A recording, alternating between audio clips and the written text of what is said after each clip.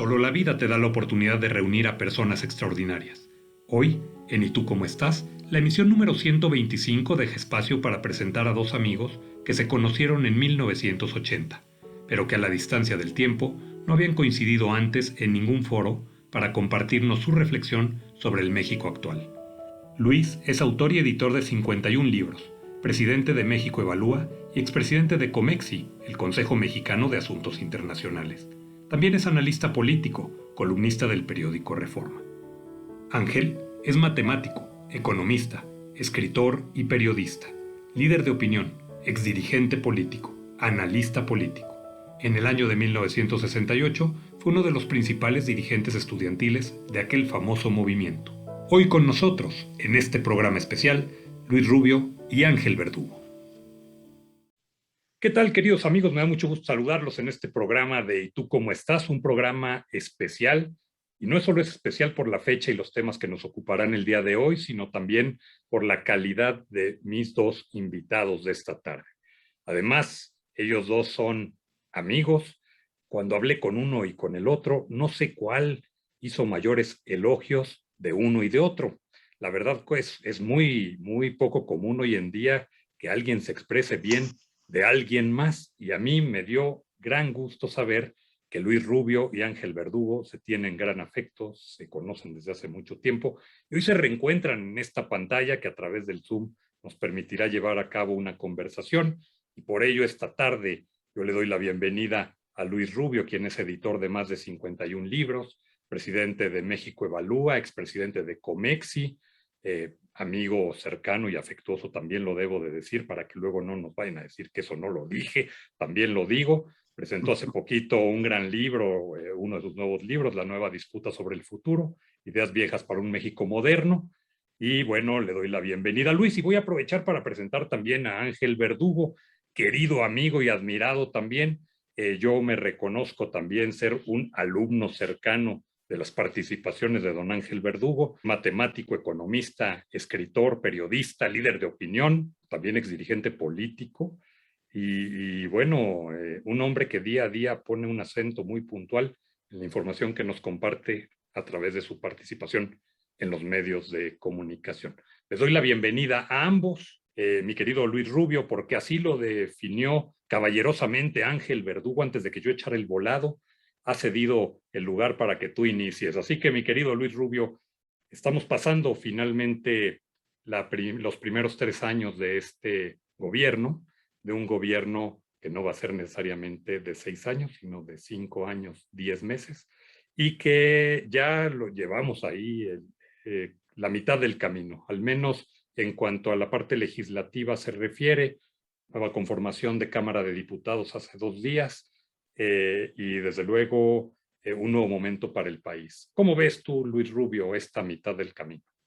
Yo creo que tenemos, muchas gracias por la oportunidad, querido Julio. Y es un verdadero placer estar contigo y especialmente me honra estar con Ángel, a quien le tengo un enorme respeto y del que he aprendido muchísimo. Eh, yo creo que estamos en un momento muy particular de la historia de México porque estamos viendo a un gobierno inusual en el siglo XXI, inusual en nuestra historia como país. Un gobierno que tiene gran claridad del objetivo al que quiere llegar, pero tiene cero estructura para llegar a ese lugar más allá de concentrar el poder. El informe presidencial que vimos esta semana es un informe muy peculiar, especialmente por una razón, porque es quizá el informe más triunfalista que he visto en todos los 40 y tantos años que he estado siguiendo informes de presidentes del más diverso orden. Y sin embargo, el presidente no nada más considera que ha sido exitoso en todo, sino que ya prácticamente cumplió con todos sus compromisos. Ya nada más, según él dice, le quedan 2, que no son pequeños, pero lo que el presidente enfoca es una serie de supuestos logros que tienen que ver menos con lo que hace un gobierno que con condiciones y circunstancias que se dieron en su tiempo. Más importante, no hay que perder de vista que, como decía un candidato brasileño a la presidencia hace mucho tiempo, como hace uno su campaña es como va a gobernar. Y el presidente López Obrador llegó en una campaña de confrontación y ha seguido confrontando ya como presidente. Y el problema de la confrontación es que no se dejan resquicios para poder negociar, resolver problemas, y además, por definición, se va dañando el entreverado democrático que aunque todavía no consolidado ni profundo, ni demasiado profundo en nuestro país, ya estamos y hemos estado en él por un buen rato. Y en ese sentido, quiero simplemente concluir estos comentarios diciendo que no nos deja un legado de optimismo para los próximos 3 años. Yo más bien creo que está el presidente en el cenit de su sexenio, y a pesar de que él ve que todo va de su vida, yo creo que vamos a ver años muy complicados en los próximos 3, incluyendo y especialmente por las cosas que él ha hecho. Es un genio de la táctica política y tiene casi cero visión estratégica, y esa es una pésima combinación. Voy a ejemplificarlo y con esto concluyo, con su decisión para destapar a los candidatos potenciales a sucederlo. Fue una gran decisión táctica para tapar otros problemas que tenía enfrente, pero al mismo tiempo eso condena a su sexenio a una interminable serie de conflictos que van a minar cualquier posibilidad de ser exitoso. Yo te conocí, quizá no recuerdes, ahí en Ciudad Obregón, que fuiste a dar una perfecto. plática, y jamás imaginé yo que al paso de los años iba a estar compartiendo un espacio con alguien como tú. Eso me llena de satisfacción y lo digo sin reticencia alguna. Querido Ángel, adelante, por favor. Comparto plenamente lo que ha dicho Luis y agrego lo siguiente. El peligro mayor que veo yo con todo esto que ha descrito Luis, y también con los antecedentes de más de 25 años del actual presidente, pero cuando era un simple organizador de campesinos, de indígenas, un político priista en Tabasco, ese peligro que veo yo es el desprecio de la institucionalidad. Luis es quizá el único analista que ha planteado con una claridad meridiana que el verdadero impacto del Tratado de Libre Comercio, NAFTA o Telecán, como gustemos, lo que había producido para el país era un andamiaje institucional parcial, porque hay áreas que no se tocaron, pero que daba la certeza, la certidumbre jurídica a los inversionistas. Al margen de si había sectores perdedores, sectores ganadores, el elemento central del tratado era proveer de esa mercancía escasísima antes del 1 de enero de 1994, que era la seguridad jurídica, la permanencia de ciertos ordenamientos jurídicos. Y lo que hemos visto en estos 33 meses es un peligrosísimo desprecio a la institucionalidad. Hoy, si leemos las notas en los periódicos financieros y en las secciones de negocios de otros, resulta que hay un temor qué va a pasar con la Comisión Federal de Competencia Económica. Es decir, ¿cómo es posible que a estas alturas, cuando entró en vigor el tratado el 1 de enero del 94 y abrimos el 87, que fuimos participantes exitosos en el Foro Mundial de Davos durante algunos años, y que hoy estemos temblando ante la posibilidad de la desaparición de facto o de jure, dirían algunos? Es decir, ¿qué ha pasado con esto? Simple y sencillamente que el actual presidente ha actuado como lo ha hecho prácticamente desde su principio de la vida política. Y eso yo lo veo sumamente peligroso porque no hay fuerzas, por más que lo que hemos visto ayer o hoy en la madrugada o ayer en la madrugada en el Senado de la República, 220 diputados y el número de senadores que ya es común, porque ahí no ha cambiado, no pudieron ante la aritmética. Sin embargo, si esa va a ser la tónica, los próximos 3 años, como bien dice Luis, van a ser años negros y con sorpresas que quizá sean sumamente desagradables para el país y su futuro. Querido Luis, tú eres alguien que ha estado muy vinculado y dando seguimiento fuerte en la relación México-Estados Unidos, ahora que Ángel habla justamente del Tratado de Libre Comercio, este Tratado de Libre Comercio que bien se podría revisar o cancelar en 5 años más, si mal no entiendo, que por lo regular entra en vigor por un periodo de 16 años, pero se revisa cada 6. ¿Qué pasa ante un país como Estados Unidos que tiene tantos intereses como muchos otros en México también?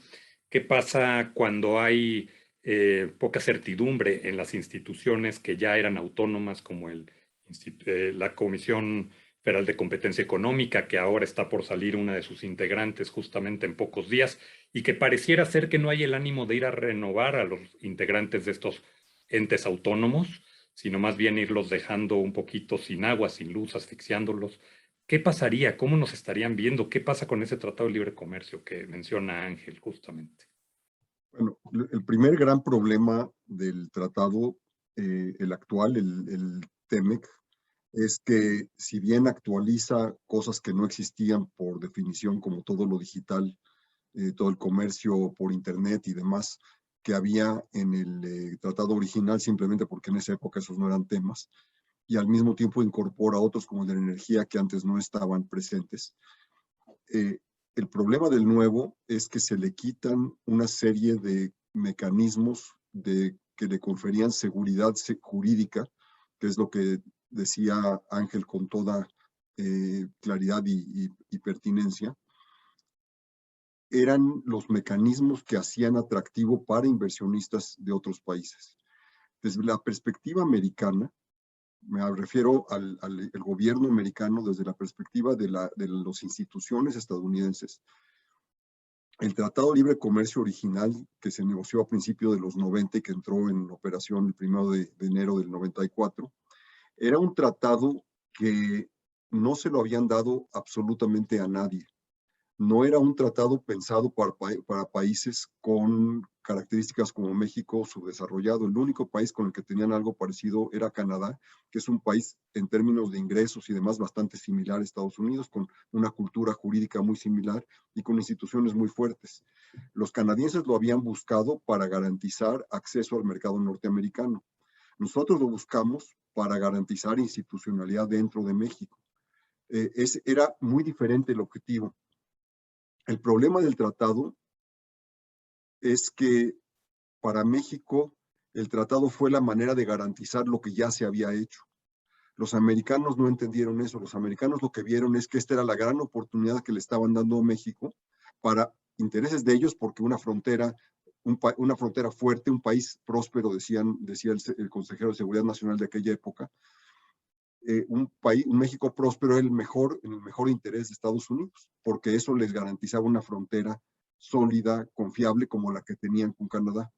Entonces, desde la visión de ellos le hicieron un gran favor a México de regalarle este instrumento para que México tuviera la oportunidad de desarrollarse. Lo que pasa es que a partir del 94 nos dormimos en México por distintas razones, la crisis del 95, todas las cosas que conocemos, pero ya no se hicieron reformas para extender los beneficios del tratado al 100% del territorio y de las instituciones, y para fortalecer todas las instituciones. Y entonces, en lo que acabamos fue en que tuvimos grandes beneficios por el tratado. De hecho, es el principal motor de la economía mexicana a través de las exportaciones, pero nunca construimos todo un andamiaje para una economía verdaderamente de mercado, para una sociedad democrática y totalmente institucionalizada. Se construyeron instituciones como la Comisión de Competencia, como la CRE, como la Comisión de Hidrocarburos y de otras muchas, varias de las cuales prácticamente ya no existen o han sido neutralizadas o eliminadas del todo, pero nunca se concluyó todo esto. Y lo digo porque en México el tratado se vio como un mecanismo para garantizar lo que existía, no para transformar al país.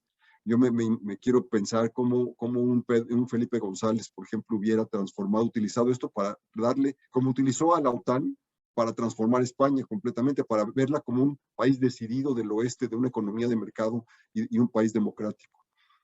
Entonces los americanos desde la desilusión que les ha caracterizado en los últimos años de México, porque ven que nada de esto se consolidó, lo que han hecho es cuidar sus intereses. En la medida en la que México viole las cosas fundamentales de ellos, van a meterse. En la medida en que no, pues simplemente ven que México va a tener que buscarse y resolver sus problemas por sí mismo. La violencia es uno de ellos. No van a meterse a resolver problemas de violencia en México, a menos de que eso les afecte allá. Los narcos son actores muy racionales y no actúan de manera violenta dentro de Estados Unidos. Tienen sus negocios, obviamente, porque si no, no funcionaría. Pero no hay violencia. El Paso y Juárez son muy interesantes. Son las ciudades más violentas, no de México, del mundo, junto a una de las ciudades más pacíficas y con menos violencia del mundo. No se explicaría si no hubiera actores racionales en el camino. Entonces, los americanos no van a meterse en México más allá de sus propios intereses. Además, no hay estadistas, no ha habido por un buen rato estadistas del tamaño que hubo con George H.W. Bush, el Bush papá, que fue quien entendió la enorme oportunidad que esto representaba para Estados Unidos, en el mejor interés de Estados Unidos. Y vino además en el camino alguien como Trump, que no nada más no veía esto como estadista, sino que veía como un enorme prejuicio para su país tenerlo. Se renovó el tratado como se renovó porque las fuerzas de la economía americana, muy poderosas empresas que dependían de las cadenas de suministro establecidas en México, eran indispensables para ellos. Esa es la razón por la que se logró, y con la limitante que tú, Julio, dijiste hace un rato, que es para 6 años y cada 6 años tiene que revisarse. Y esto obviamente pues no es muy atractivo para garantizar inversiones de largo plazo. Desde luego. Ángel, hay un tema que a mí me llama la atención que tiene que ver con lo que ha expuesto Luis, entre las otras ideas que tú amablemente expresarás, que es el tema, a mí me llama la atención, se hace bombo y platillo, se anuncia con gran éxito el tema de las remesas. El tema de las remesas, la captación de remesas en México, históricas, yo digo histéricas, porque realmente esta reflexión tendría que ver más con la gente que no ha encontrado oportunidades aquí para poder salir adelante, tener que ir para allá y otras muchas cuestiones, pero también la inversión extranjera directa. La inversión extranjera directa, tú eres un estudioso de la economía, ¿qué está pasando con todo este tema? La verdad es que no sé si las cifras que han dado son las cifras que corresponden, a mí me parecería que no, y como si fuera poco el pronóstico de crecimiento para este año 2021, alrededor del 6.2%. Digo, sí es maravilloso, suena padrísimo, sí, pero partiendo de dónde y dónde estaba México antes de la pandemia, que la pandemia no sea pretexto porque ya veníamos, según yo, o entiendo por cifras, un poquito mal. ¿Qué me dices de eso? Hay varias cosas que deben decirse en relación con los temas que planteas. Lo primero, yo recomendaría a quien esté interesado en el tema de la inversión extranjera directa que no le haga caso al boletín de la Secretaría de Economía ni a los planteamientos triunfalistas del presidente, que se espere a la publicación de Banco de México de la balanza de pagos. ¿Por qué? Porque Banco de México, los datos que da son de inversiones realizadas, no de anuncios como la Secretaría de Economía. Segundo elemento que vale la pena aclarar.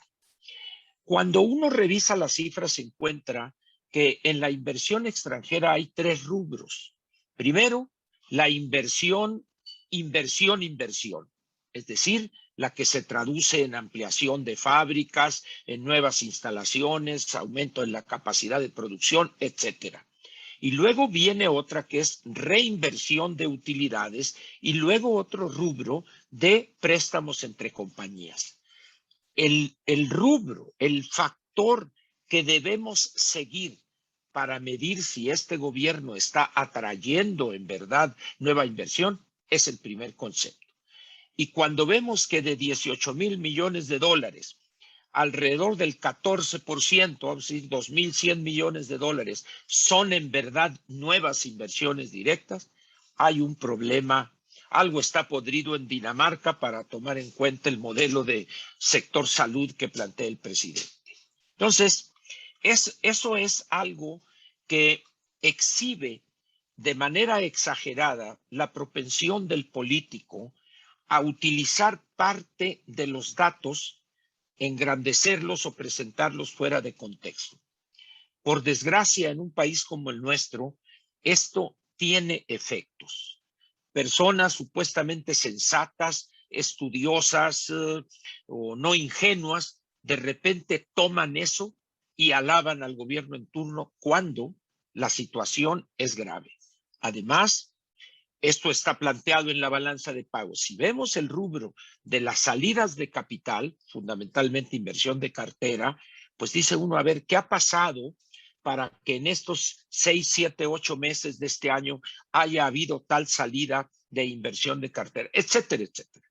Aquí, pues, lo que pienso yo sería lo prudente es analizar o tomar ¿cómo se dice?, con mucha sensibilidad los datos que maneja el presidente mismo. ¿Y por qué es esto? Esta falacia de los otros datos, no existen otros datos. Los datos los da Hacienda, los da Banco de México, los da el INEGI y en alguna parte financiera los da la CONSAR. O sea, ahí están los datos. Si alguien duda de ellos, bueno, pues que vaya al Fondo Monetario, que serían los datos que Hacienda le proporcionaría y Banco de México. No hay otros datos. Y eso otra vez lo que exhibe es una forma de gobernar. Es una forma de gobernar para una forma también del ciudadano. Es decir, hay veces que nosotros opinamos, o algunos, no es mi caso, tampoco el de Luis, que pensamos que los mexicanos somos ciudadanos noruegos o suecos o franceses. No, somos mexicanos con una serie de limitantes, particularmente en información financiera, en conocimientos de lo más elemental de la economía. Entonces, imagínate cuando alguien sale a decir, a ver, de acuerdo a la estructura de la balanza de pagos, si vemos la balanza de la cuenta de capital, en ese momento ya nos cambian, ¿verdad? Entonces, eso representa también un gran problema que no hemos enfrentado.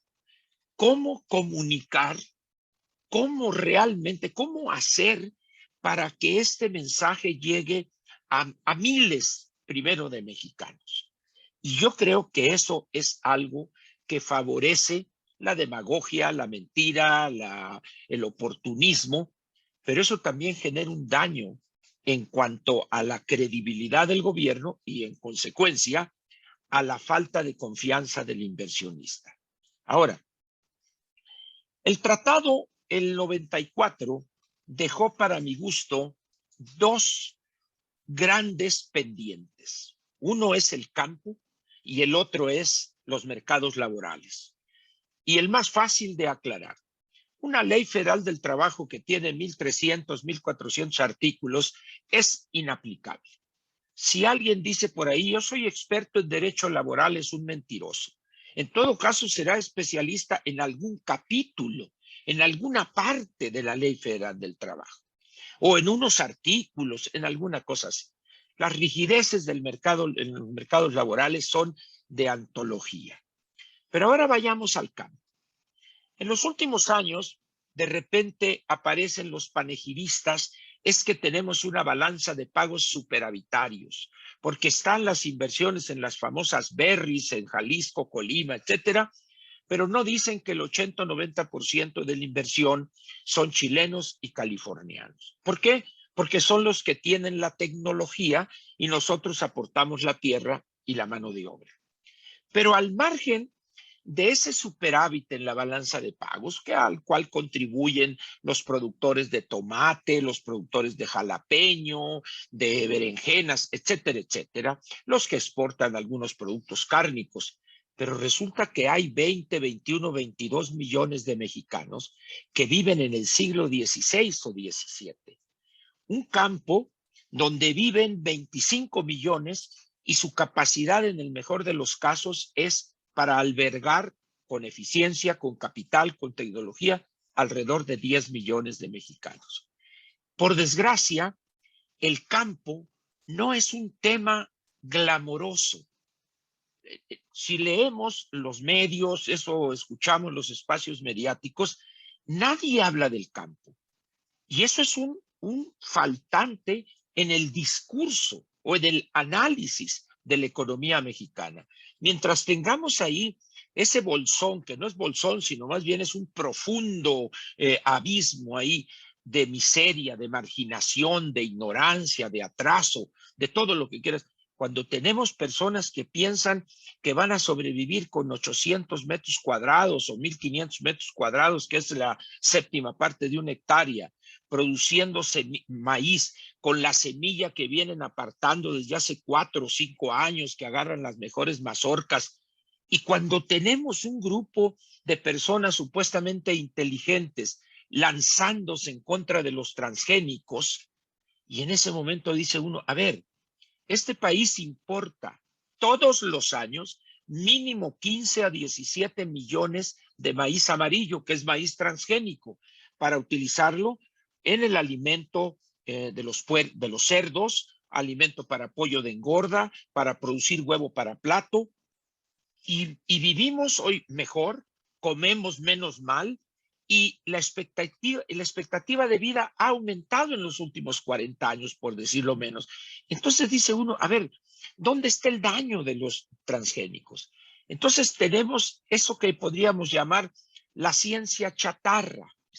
Entonces tenemos un ambiente donde la verdad, donde los juicios objetivos, donde la visión integral de la economía es dejada de lado porque no es estridentista, es aburrida, y eso creo también que contribuye en mucho a que personajes como el actual presidente y algunos de los que lo rodean pues tengan una preeminencia política que afianza esa visión imposible, además de concretarse, de regresar y replicar un pasado que además es inventado porque el desarrollo estabilizador no fue como ellos dicen. Me acabas de recordar con todo esto que dices, Ángel, y Luis Rubio, sí, citando, yo citaré a un clásico moderno, que este comentario que acabas de hacer, Ángel, viene como anillo al dedo, porque justamente aquí, yo en alguna ocasión oí a Luis Rubio dar una explicación o recobrar de la historia aquel gran debate entre Luis Echeverría y Antonio Ortiz Mena, en donde Ortiz Mena, si mal no recuerdo, tenía muy en boga lo de la balanza de pagos y de abrir el país y todo este tema, y un Luis Echeverría que quería de alguna manera cosas contrarias, si mal no recuerdo. Y el campo mexicano en ese tiempo, en las épocas de Luis Echeverría, en aquel Tabasco que era rico en petróleo, que había abundancia, en un Tabasco de donde muy probablemente quien es originario de allá, como el señor presidente, pues recordará esa abundancia a través de los yacimientos de petróleo que se detectaron en esos años y que era fácil repartir dinero. Hoy no lo es. Luis, ¿tú qué opinas de todo esto? Bueno, la disputa que se inició a mediados de los 60 venía, por supuesto, endulzada y encubierta por la búsqueda de la candidatura a la presidencia para el año 70. Eso es obvio, es la naturaleza de la política y de la política mexicana en particular. Pero tenía raíces profundas porque el grupo económico en el gobierno, y en esa época los debates eran fundamentalmente dentro del gobierno, el grupo económico encabezado por Ortiz Mena, veía que había un problema a largo plazo. México tenía una economía basada fundamentalmente en la sustitución de importaciones. Eso implicaba importar maquinaria y algunos insumos, y lo financiábamos, lo pagábamos con la exportación esencialmente de granos y de productos minerales. Eran las dos cosas que exportábamos. Lo que el grupo de Ortiz Mena veía es que poco a poco estaba disminuyendo la exportación de granos, parte porque estaba creciendo la población mexicana y entonces demandaba más granos para comer, parte porque la estrategia de desarrollo agrícola que Ángel no nada más conoce bien, que acaba de escribir bien, pero además la conoce de fondo. Yo de hecho tuve la oportunidad de conocerlo cuando él se dedicaba como autoridad a supervisar en el sur de Sonora estos temas. México nunca ha tenido una estrategia bien resuelta para el crecimiento del producto agrícola en la población que se dedica al campo desde siempre. Hemos tenido la Revolución Verde y demás en Sonora, pero eso no es lo que caracteriza al campo en Puebla o en Morelos o en otros lugares donde la pobreza es más en la característica. Entonces, la productividad agrícola era muy baja. México no tiene el tipo de planicies como la Pampa Argentina o Nebraska o Idaho, donde se producen ese tipo de bienes, los granos particularmente. Y en consecuencia, lo que alertaba Ortiz Mena y su grupo es: necesitamos cambiar la estructura de la economía mexicana y resolver esos problemas estructurales básicos. Echeverría, por otra parte, veía el conflicto de 68, del que también Ángel es protagonista, y lo veía como que había que darle una solución política a los problemas económicos. Y esto llevó a un planteamiento de que eran mecanismos alternativos. Entonces, toda la estrategia, ya una vez ganada esa disputa por Echeverría, se resolvió con un mayor gasto público, tratando de generar demanda interna en la economía mexicana sin tener que resolver los problemas estructurales. Era más fácil hacerlo de esa manera, pero lo que produjo fue, primero, los pleitos políticos que seguimos teniendo ahora y que ahora han sido revividos por este presidente. Y segundo, tenemos una economía que todavía tiene una parte que es muy próspera, pero una enorme parte en términos de poblacionales, la abrumadora mayoría, que sigue viviendo en condiciones muy precarias. Ángel. Quisiera agregar, para reforzar lo que dice Luis, un ejemplo muy sencillo de ese cambio de exportador de granos a importador de granos. Guaymas era un puerto esencialmente granelero exportador. Sus instalaciones, la dársena, todo para recibir barcos vacíos donde se exportaba trigo y maíz, trigo fundamentalmente en aquella región. Pero a medida que se da estos fenómenos y estas políticas públicas que menciona Luis, aparte del crecimiento de la población que se había acumulado en 3 decenios, del 40 al 50, al 50 al 60 y 60 al 70, tasas del 3.1, 3.2%, y hubo un crecimiento, vamos a decir, explosivo, pero además hubo cierta mejoría, inflaciones bajas, salarios reales por encima de la inflación, etcétera, y eso generó una mayor demanda de productos alimenticios. Y llega el momento en que, sin sentirlo, sin atrevernos a haber visto esa tendencia que desde 10, 15 años antes que la vio Ortiz Mena, no aumentamos la capacidad o el carácter del puerto de Guaymas. Y de repente Guaymas se encuentra con un problema. Ya no puede exportar porque consumimos todo lo producido, pero tampoco teníamos las instalaciones para poder importar de manera eficiente. Y hoy Guaymas, por ejemplo, ha regresado a la etapa de exportador, no más que de un producto diferente, productos minerales.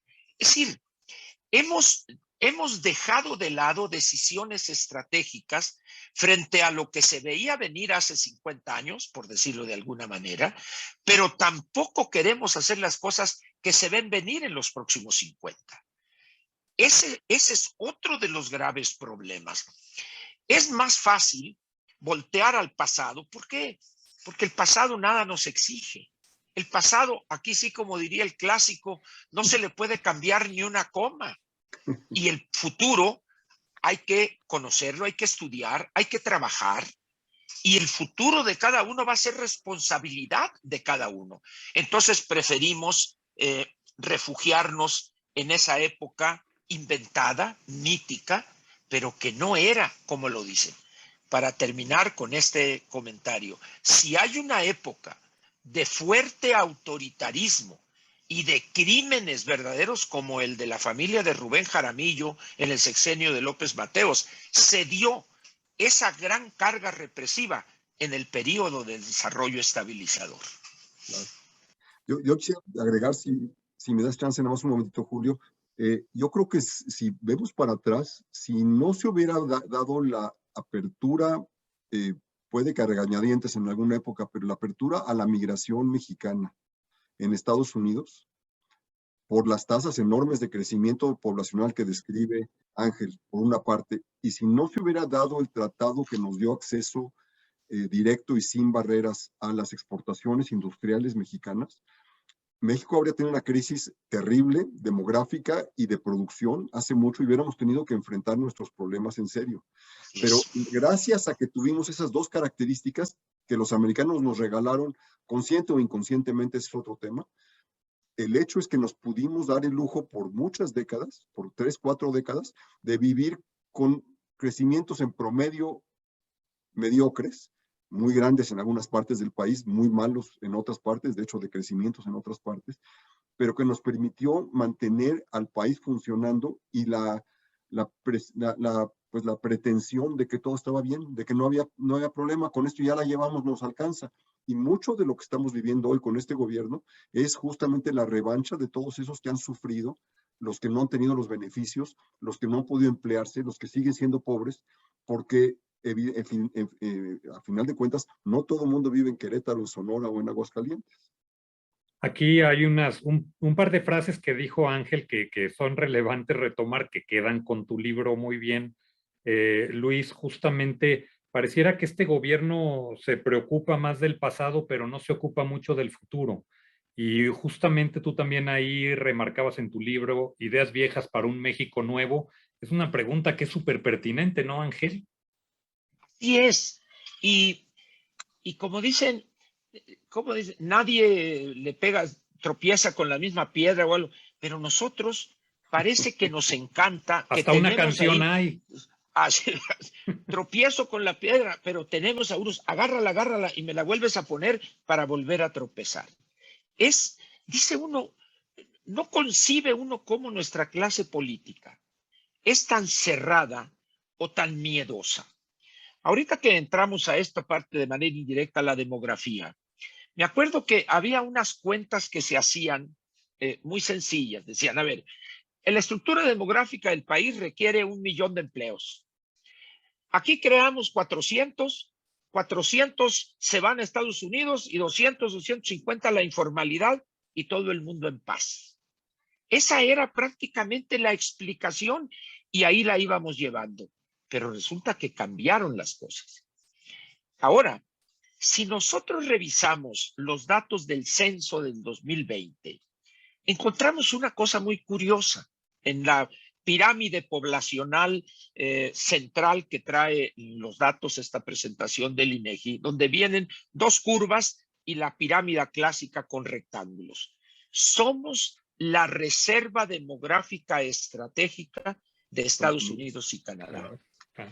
Lo quieran aceptar ellos o no, y nos veamos nosotros como eso o no, esa es la realidad.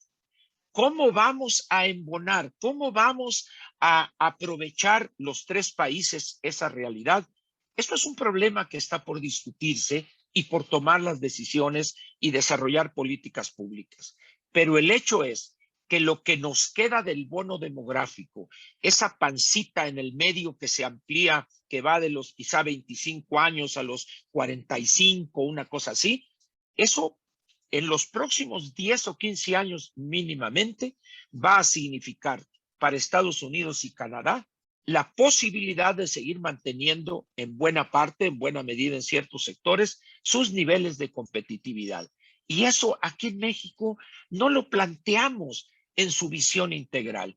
Y por eso ahí andamos dando tumbos y que si los migrantes y esto, habrá casos incluso en que México se tendría que convertir en importador de Centroamérica de mano de obra. No me creen, volteemos ahorita a Europa. ¿Qué hace con la señora Merkel 1.200.000 ciudadanos o familias del Medio Oriente? Con las críticas. Pero ese es el gran problema también. Y lo que más les duele a los europeos es que su reserva demográfica es África. No es Croacia, no es Polonia, no, es África. Y entre más pronto entiendan eso, menos el costo será menor. Exactamente es lo mismo aquí en México. Luis, efectivamente en este tema de ese bono demográfico, se explicaría por demás que México necesitaría tener una relación con los Estados Unidos, a mi punto de vista, diferente, más respetuosa, menos agresiva. No quiere decir, no somos más ni menos mexicanos por decir o por insultar o por tomar posiciones valientes en el discurso y en el diálogo. Yo creo que la interlocución con un país como Estados Unidos es fundamental. A ti te ha tocado estar mucho por allá, en espacios de reflexión, de diálogo con los Estados Unidos. Y yo pregunto, pues, ¿cómo nos estarán viendo los Estados Unidos a México el día de hoy, ¿no? ¿O van a dar un manotazo fuerte para mostrarse que ya están cansados de tanto dicho y direte? Por ahí dicen, desde que soy perro callejero, cualquier cañón me avienta piedras. Pues la verdad es que todo tiene un límite, ¿no? ¿O qué irá a pasar?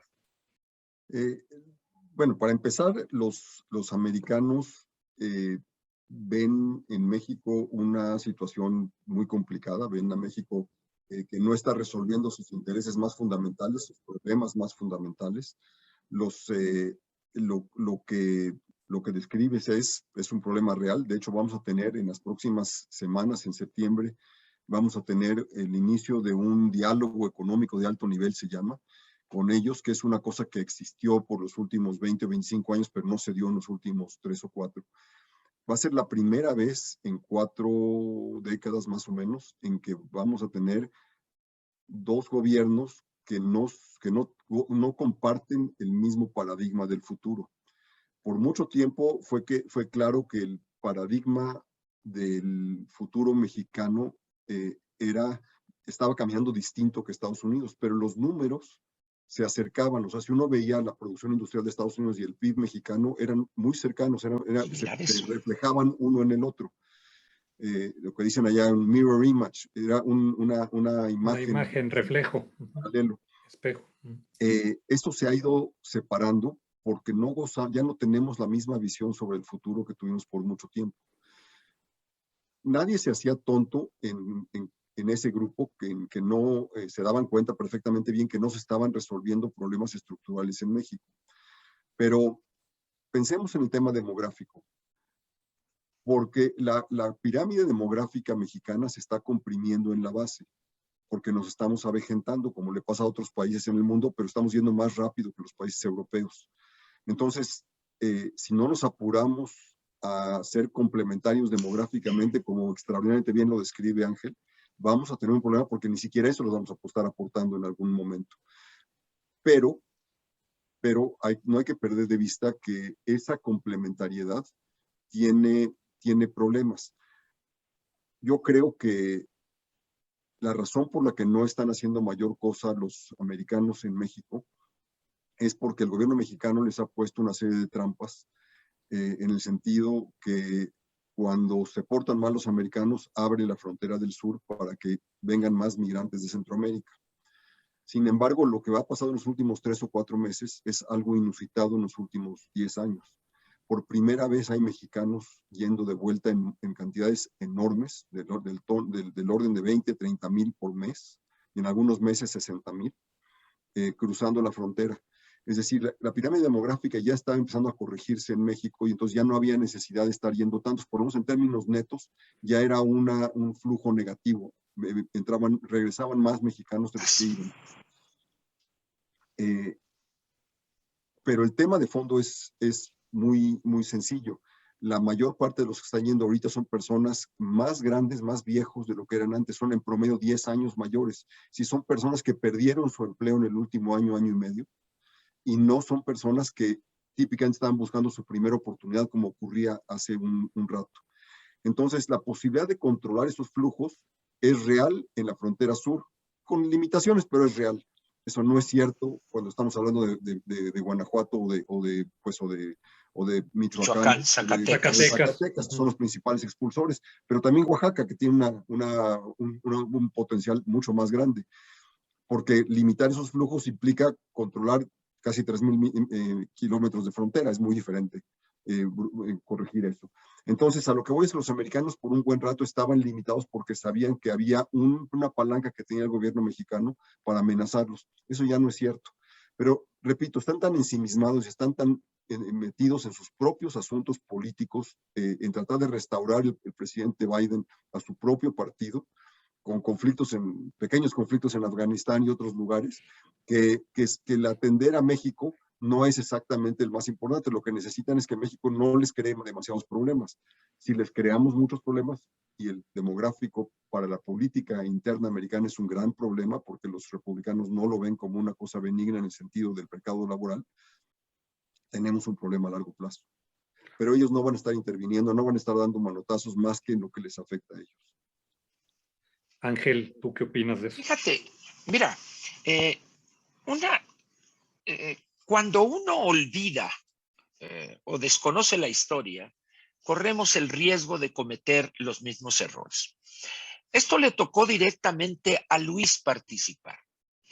Cuando estaba negociándose, estaba discutiéndose el texto y los diferentes apartados en el cuarto de junto, etcétera, del tratado del NAFTA o Telecan, el presidente Salinas, con una visión muy clara y valiente la decisión, genera, creo estaba el que se encargó de concretar eso, creo que fue el doctor Serra Puche, una campaña de lobismo en Estados Unidos increíble. Es decir, había operación para vender lo que realmente México significaba, o al menos eliminar las trabas, sean ideológicas, políticas o también económicas, de algunos legisladores que tenían su clientela, que veían que iba a ser afectada. Incluso se desarrollaron algunos mecanismos de entrenamiento para incorporarlos, etcétera, etcétera. Pero el gobierno mexicano participó allá en esa discusión, aportó talento, ideas y también personas que con conocimiento defendían eso. Hoy deberíamos estar haciendo lo mismo, pero incluso todavía mucho más intenso. ¿Por qué? Porque las condiciones no son las de hace 30 y tantos años, no. Las condiciones hoy son más complejas para México. ¿Por qué? Porque en el país tenemos una gran competencia de otros países que vienen a aprovechar 126 millones de habitantes, pongámoslo así de claro. Pero este gobierno ha decidido aislarse del mundo, cosa que yo no recuerdo haber visto pues desde los años 60 o con Echeverría, aquella época de la unicidad mexicana y el grito del borracho el 15 de septiembre, como México no hay dos y cosas así. No, señor, como a México en aquel entonces había muchos y nos ganaron, crecieron más, entendieron y su clase política se atrevió a hacer las cosas. Por eso yo veo peligroso que hoy en Estados Unidos nadie nos defiende. Nadie nos defiende, cuando deberíamos estar inmersos en una campaña con personajes que realmente entendieran el problema, con una visión de futuro y que llevaran en el beliz, en la maleta, elementos como este que mencionaba ahorita Luis, la cuestión demográfica. Somos complementarios. ¿Por qué? Porque en México tuvimos tasas de crecimiento de la natalidad mucho más elevadas que ellos, etcétera, y tenemos una simetría económica que nos hace ser complementarios. Quizá ahora sí aprovechemos esa otra oportunidad que se va a dar, lo querramos o no, y desperdiciamos algo que Luis señaló en su colaboración dominical en Reforma hace 2, el impacto que tuvo en Corea las plantas de maquila, y que en México seguimos siendo proveedores de la nave industrial, de mano de obra semicalificada, en vez de haber podido desarrollar una integración con instituciones de investigación, con instituciones académicas, con organizaciones de la sociedad, y traer a empresarios verdaderos, reales, interesados en eso. Otra situación tendríamos hoy. Pero cuando ve uno la composición que hay, prácticamente lo que estamos exportando de las maquiladoras lo estamos trayendo como insumos y estamos agregándole. Hay excepciones, por supuesto. Hemos, repito, desperdiciado una y otra oportunidad. Lo que pasa es que cada vez el desperdiciar una oportunidad nos presenta un precio mucho más elevado. Claro. ¿Qué pasa, Luis, a ver, aquí somos 3 hermanos, pues también Canadá juega. O sea, siempre preguntamos, bueno, ¿y Estados Unidos cómo nos verá? Y Estados Unidos. La verdad es que de Canadá, pues yo no escucho pues prácticamente Nada, nada hace, nada. pero muchísimo tiempo. No sé si en todo este sexenio, pues no sé, salvo en el momento de la firma, que si se daba, que si se presentaban al mismo tiempo a firmar o no. Creo que no he vuelto a saber absolutamente nada. ¿Qué pasa con esa relación también? ¿Me permites, Luis, ahí? ¿Me Claro, permites? por Mire, supuesto. sucede en una cosa, en un tema que conozco. ¿Saben ustedes que un alto porcentaje de la exportación de frutas y hortalizas de México la hace un broker norteamericano, importa, etcétera, etcétera, y ahí otra empresa la reexporta a Canadá? Es decir, a ver, ahorita en las condiciones nosotros podríamos meter trailers, cajas refrigeradas que circularían inbound en Estados Unidos y llegarían directamente a Canadá. Es decir, el problema ¿cuál es? Que está muy lejos Canadá, hace mucho frío Canadá.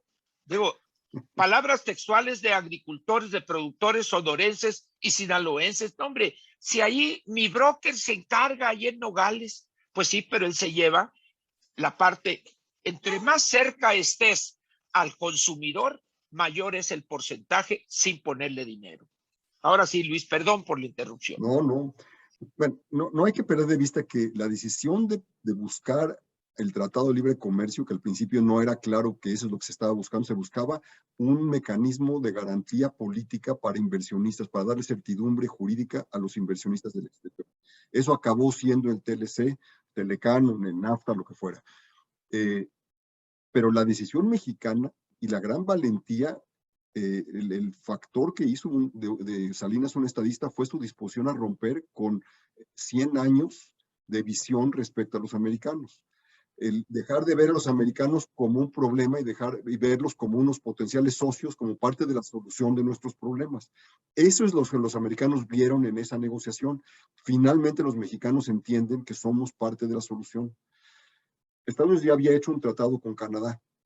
Los canadienses tenían un problema político, el gobierno en ese momento de Mulroney no quería sumarse porque temía que perdiera el poder, pero en contraste con lo que nosotros conocemos de nuestros políticos, finalmente Mulroney se dio cuenta de que era mucho más importante para Canadá ser parte de ese tratado y ese que se volviera trilateral.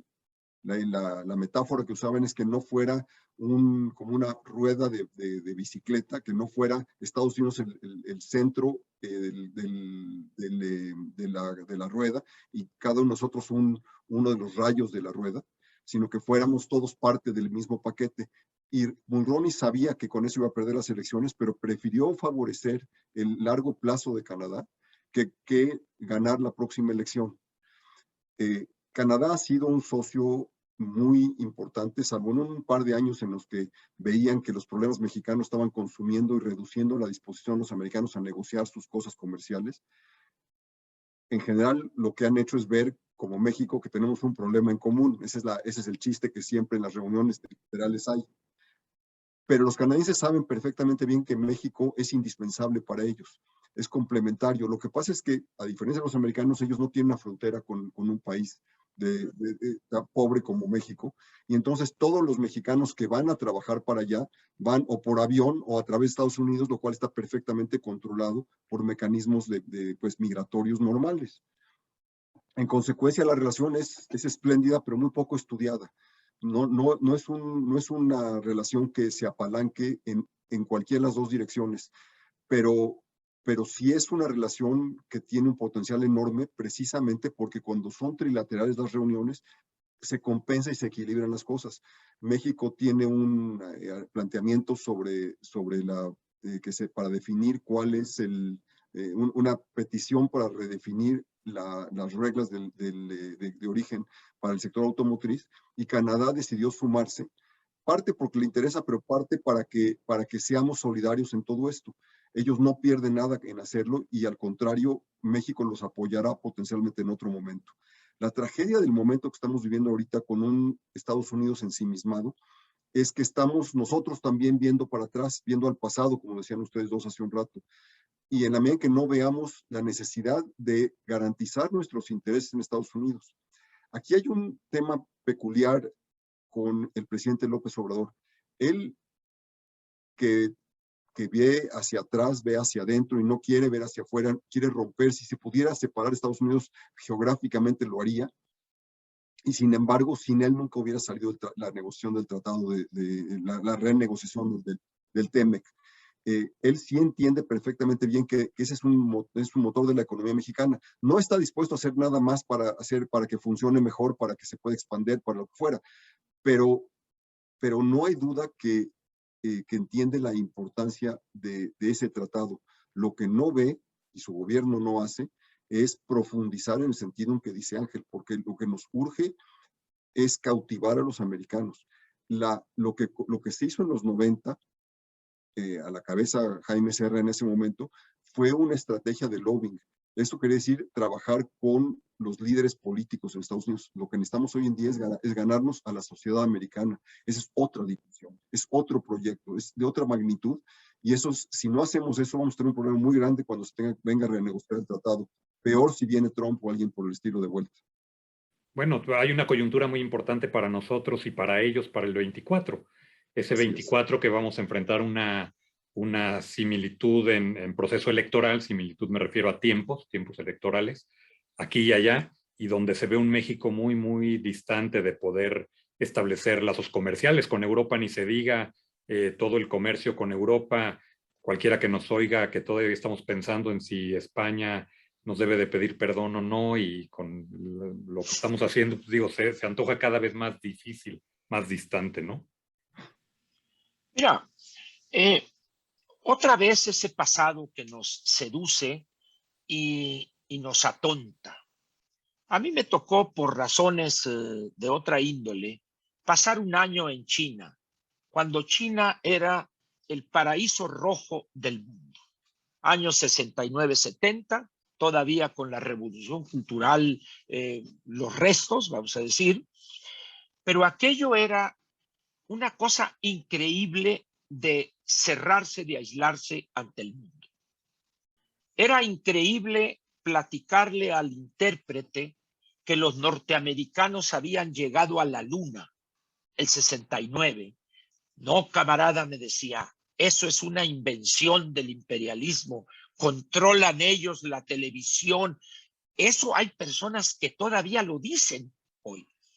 Vean ustedes qué ha hecho China a partir de que Deng Xiaoping, cuyo mentor fue el que fue gobernante o dictador de Singapur durante 30 años, una cosa así, Le Yun-kwe, cuyo hijo continuó ahí. Y Deng Xiaoping nomás dijo una frase, no importa el color del gato con tal que case ratones. Ese es un programa económico de apertura, de eficiencia, etcétera. Y de 1980 a la fecha, con todas las ansias estas imperiales de Xi Jinping, etcétera. Pero lo que ha hecho estructuralmente ese país debería ser un ejemplo para nosotros. Y hay uno muy cerquita a China. En 1975, y esto lo saco a colación porque ahora todo el mundo es experto en geopolítica. Esto es lo mismo que cuando el helicóptero del techo de la embajada, etcétera, etcétera, ¿no? Muy bien. Y yo les digo, oye, ¿y ya sabes qué pasó 10 años después en Vietnam? No, bueno. Te propongo que hagas este ejercicio. Ubícate en 1985 para ver si los vietnamitas se acuerdan de ese helicóptero. ¿Y por qué les hago esta pregunta?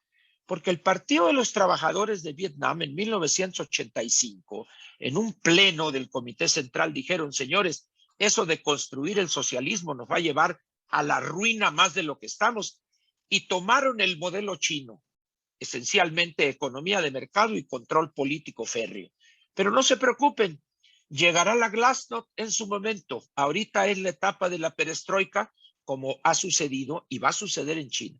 Ahorita van a Vietnam. Bueno, el presidente Bush, hijo, inauguró el centro de convenciones del World Trade Center en la capital, en Hanoi. De ese tamaño han sido los cambios. Y nosotros aferrados al pasado, que por fortuna ya no es posible replicarlo. Me tocó a mí estar justamente en Vietnam en algún momento en donde había una ceremonia de algunos excombatientes de la guerra. ¿Correcto? Pero realmente creo que fue, no sé si Mariana o Julio, mi hijo, les preguntó que cuál era su sentimiento respecto a la comunidad norteamericana hoy en día. Y ellos dijeron que era muy fácil siempre poder dedicar muchas horas al pasado, que ellos preferían dedicar esas horas al futuro y no al pasado. El futuro. Entonces digo, fue una respuesta que se me hizo por demás maravillosa, un hombre que debe haber tenido unos 80 años al menos, y con una precisión, una claridad y una empatía y una tranquilidad enorme, donde no se veía o aparentaba ningún encono en lo que decía, lo decía profundamente convencido. Hay otra cosa que eso demuestra y que ha pasado en varios países de Asia, pero no nada más en Asia, y que la pandemia evidenció de una manera dramática. Ángel mencionó a Singapur y a su primer ministro como asesor de los chinos. Singapur hizo otra cosa que es trascendental. Singapur reinventó el concepto del gobierno cuando se fundó. Allá los políticos, el parlamento, se ponen de acuerdo, resuelven que se va a construir una carretera o se va a abrir este puerto, las decisiones estratégicas del país, llegan a las negociaciones políticas, las resuelven y luego tienen una burocracia técnica que es integrada por puras personas con capacidades técnicas que tienen estructuras absolutamente meritocráticas, les pagan lo mismo que las empresas particulares, no tienen ningún incentivo para irse a otro lado, y ellos ya las implementan de una manera técnica. Aquí hacemos al revés, aquí por muchas décadas los tecnócratas decidían las prioridades y las cosas importantes, y luego los políticos eran los que eran responsables de implementar. Y los políticos no tenían, primero, no tenían ningún incentivo para afectar intereses, y segundo, no veían la racionalidad que veían los técnicos. Entonces, las cosas las acabamos haciendo al revés. Tenemos grandes equipos técnicos gobernando, pero no la capacidad de llevar a cabo de implementar esas decisiones. Eso ha hecho que, por ejemplo, China actúa exactamente al revés que México. Allá han estado dispuestos a romper con cualquier interés particular, con cualquier obstáculo al desarrollo, con tal de lograr tasas elevadas de crecimiento. No que no tengan deficiencias y problemas allá, pero aquí hemos hecho todo lo posible por hacer lo mínimo necesario para que no se afecten intereses particulares, sean estos políticos, de los sindicatos, del sector privado, lo que fuera. La consecuencia de ello es que tenemos tasas de crecimiento muy pequeñas y tenemos solo un porcentaje mínimo de la población que se ha integrado al desarrollo, a niveles elevados de consumo y de bienestar. En China han logrado integrar a 300, 400 millones de chinos en los últimos 20 o 30 años. Es una diferencia dramática. El tiempo es nuestro peor enemigo siempre porque, digo, aunque ya no estoy en la televisión, sigo sintiendo que estoy ahí y me viene correteando el reloj. Y la verdad es que platicar con ustedes es sumamente ilustrativo. Yo les querría pedir dos favores. Uno de ellos es, el programa tomó prácticamente un contexto económico que está muy padre porque pues es lo que yo creo que a muchos de los mexicanos hoy nos preocupa y nos debe de ocupar en un futuro cercano, inmediato diría yo. Y yo les pediría una reflexión final de lo que podemos detectar de qué va a ser el tema económico para México en estos próximos 3 años bajo el entorno y contexto de lo que hemos platicado. Un comentario final respecto a eso. Y otra, pues voy a abusar durísimo de ustedes, pues comprometerlos a posteriormente hacer otro encuentro en donde platiquemos de muchas otras cosas que luego a mí en la calle me apedrearán y me dirán, si los tuviste ahí, ¿por qué no les preguntaste? ¿Y por qué no les preguntaste? Porque aquellos creen que los tiempos de 60 minutos míos son diferentes a los de ellos. Pero bueno, pues un comentario final, mi querido Ángel. Muy bien. Empiezo el comentario leyendo este párrafo. A solo 2 años y 9 meses de ocupar la presidencia, puedo afirmar que logramos ese objetivo, repito, sentar las bases para la transformación de México. Ahora se respeta la Constitución, etcétera, etcétera. Pero luego dijo, Es tan importante lo logrado en este periodo que hasta podría dejar ahora mismo la presidencia sin sentirme mal con mi conciencia. Muy bien. Esa frase hay que guardarla porque yo tengo una hipótesis que comentaremos en ese siguiente programa. Y yo resumiría lo que va a pasar en los próximos 3 años, lo que mencionó Luis al principio. Se va a radicalizar el presidente y va a lanzar una ofensiva todavía más dura en contra de los empresarios, de los grandes contribuyentes, no solo ideológica, sino también fiscal. No tiene recursos y los va a sacar ahí donde es más fácil. La rijosidad en el ambiente político, lejos de amainar, se va a elevar, pensando él en que esa es la forma única de sacar adelante la candidatura de X o Y o Z personaje y ganar todo así en la elección del 24, porque él hoy se ha dado cuenta que si no tiene mayoría calificada en las 2 cámaras del Congreso, prácticamente nada puede hacer. O si lo quiere hacer, tendría que negociar, y eso es una actividad que jamás ha realizado consciente y voluntariamente el presidente. Y terminaría con esto. Corre comercial. Primero, leer este librazo de Roger Bartra, que es Regreso a la jaula, que es una actualización de La jaula de la melancolía, y este otro infaltable. Todo aquel que tenga un interés, así fuere pequeño, en el futuro de este país, tiene que leer y releer este libro, el más reciente de Luis Rubio, que tú mencionaste el título, Julio, al principio. La nueva disputa sobre el futuro. Ideas viejas para un México moderno. Así termino yo y le agradezco a ti la invitación, pero además haber compartido este espacio con alguien a quien admiro y respeto como un hombre de bien, una gente decente y un profesional de primera en materia de análisis político y económico, que es Luis Rubio. Muchas gracias, Ángel. Querido Luis. Pues con esas palabras estoy verdaderamente emocionado y agradecido. Ángel siempre ha sido uno de mis puntos de referencia y de aprendizaje desde que te conocí a mitad de los 80, por ahí. 80 en Ciudad Obregón. Yo creo que el presidente López Obrador tenía la gran oportunidad y representaba una posibilidad única en la historia de México, que era de hacer las cosas que los tecnócratas y los gobiernos, los presidentes que los habían contratado, no podían hacer porque estaban vinculados a intereses o tenían compromisos de facto o de jure con intereses políticos, sindicales y demás, porque las reformas en México así se dieron para tratar de evitar un cambio político, para hacer, en las palabras de Ángel de hace un rato, para hacer la perestroika sin tener que hacer la glasnost. Esa gran oportunidad era poder enfrentar los intereses que impiden que México se desarrolle, que se afecte a intereses que no quieren pagar impuestos, que se afecte a sindicatos que impiden que se establezcan nuevas empresas en Oaxaca o en Chiapas o en este lugar o en aquel otro, que se rompan monopolios que impiden que haya información amplia o que dominan y controlan mercados diversos en la economía mexicana. Esa posibilidad la tenía él en las manos.